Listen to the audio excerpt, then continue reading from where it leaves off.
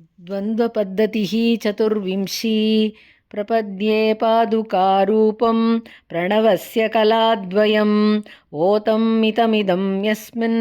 अनन्तस्यापि तत्पदम् प्रपद्ये पादुकारूपं प्रणवस्य कलाद्वयम् ओतं मितमिदं यस्मिन् अनन्तस्यापि तत्पदम् मणिपादुकयोर्युगं मुरारेः मम नित्यं विदधातु मङ्गलानि अधिकृत्य चराचरस्य रक्षा अनुकम्पाक्षमयोरिवावतारः चरणौ मणिपादुके मुरारेः प्रणतान् पालयितुं प्रपद्यमानं विपदामिह दैवमानुषीणां प्रतिकारं युवयोर्द्वयं प्रतीमः मुरभिन्मणिपादुके भवत्योः विहितो नूनमसौ मिथो विभागः भजतामपरस्परप्रियाणाम् अविरोधाय सुरासुरेश्वराणाम् अहितोन्मथनाय संश्रितानाम्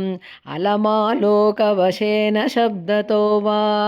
करयोश्च रथाङ्गपाञ्चजन्यौ मधुहन्तुः पदयोश्च पादुके ये अवधीरितसाधुपद्धतीनाम् अलसानां मधुवैरिपादुके द्वे इतरेतरसाहचर्यमित्थं प्रतिपन्ने इव दैवपौरुषेणः पार्श्वयोः सरसिजावसुन्धरे पादयोश्च मणिपादुके युवा सन्निकर्षथनचेन्मधुद्विषः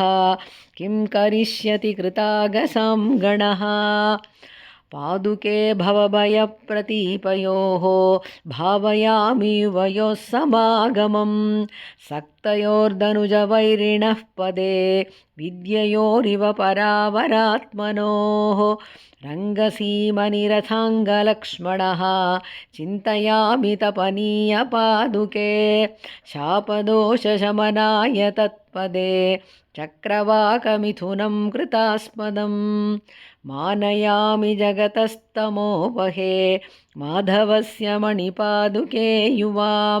दक्षिणोत्तरगतिक्रमोचिते पद्धतीव मयूखमालिनः रङ्गनाथपदयोरलङ्क्रिया राजते कनकपादुकाद्वयी तद्विभूतियुगळीव तादृशी छन्दतः समविभागमाश्रिता साक्षात्पदं मधुमिदः प्रतिपादयन्त्यौ मानोपपत्तिनियते मणिपादुके द्वे अन्योन्यसङ्गतिवशादुपपन्नचर्याम् आज्ञां श्रुतिस्मृतिमयीमवधारयामि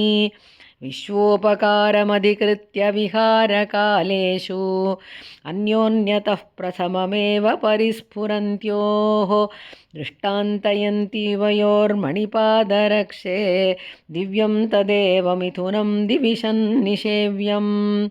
द्वावेव यत्र चरणौ परमस्य पुंसः तत्रद्भिदा स्थितवती मणिपादुके त्वं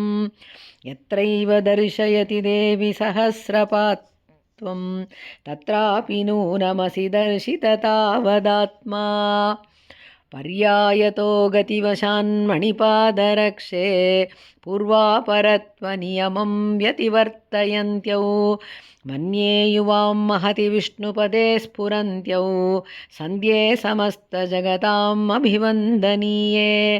अश्रान्तसञ्चरणयोर्निजसंप्रयोगात् अम्लानतां चरणपङ्कजयोर्दिशन्त्यौ मान्ये युवां रघुपतेर्मणिपादरक्षे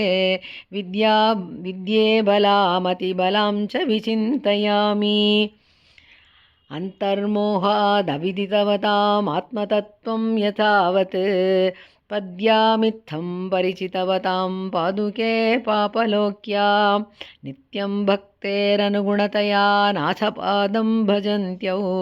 निष्ठे साक्षात् स्वयमिह युवां ज्ञानकर्मात्मिकेनः न्यस्तं विष्णोः पदमिह महत् स्वेन भूम्ना वहन्त्यो आम्नायाख्याम् अविहतगतिं वर्तयन्त्योर्निजाज्ञाम्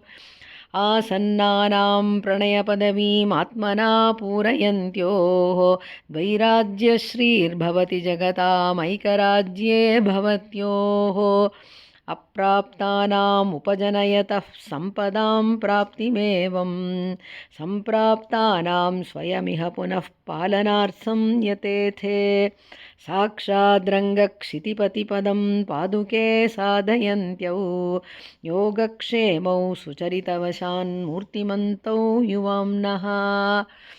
बद्धहरिपादयुगलं युगलं तपनीयपादुके युवयोः मोचयति संश्रितानां पुण्यमयशृङ्खलायुगलं बद्धहरिपादयुगलं